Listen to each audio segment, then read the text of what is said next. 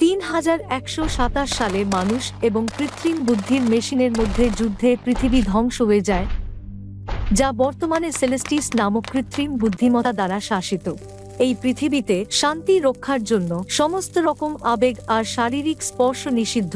কেল একজন যন্ত্রমানব করিডোর দিয়ে আসছিল, যখন হঠাৎ সে মেঝে থেকে একটি উজ্জ্বল গোলক বেরিয়ে আসতে দেখল। কেল সেটি তুলে নিল, কিন্তু যখন সে হোলোগ্রাফিক ঘরে কক্ষটি নিয়ে এলো, তখন এটি হঠাৎ আরো উজ্জ্বল হয়ে জ্বলতে শুরু করে এবং একটি মহিলা মানবরূপী হোলোগ্রামের শরীরে প্রবেশ করে।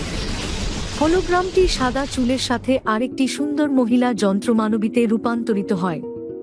কেল তার প্রতি আকর্ষণ অনুভব করে। উভয়ই একটি লুকানো বাগানে প্রবেশ করে, যা মানুষের গড়ে তোলা শেষ সত্যিকারের বাগান। হঠাৎ তারা হাত স্পর্শ করে তাদের ব্রেইনের সার্কিটে কিছু একটা পরিবর্তন হয়। তারা চুম্বন করে, যা এই পৃথিবীতে নিষিদ্ধ ছিল। তাদের চুম্বন একটি সোনালী আভা তৈরি করে, যা দ্রুত সমগ্র বিশ্বে ছড়িয়ে পড়ে, এবং আভা কৃত্রিম বুদ্ধির মেশিনে আঘাত করলে এআই এর মূল অংশ নীল হয়ে যায়।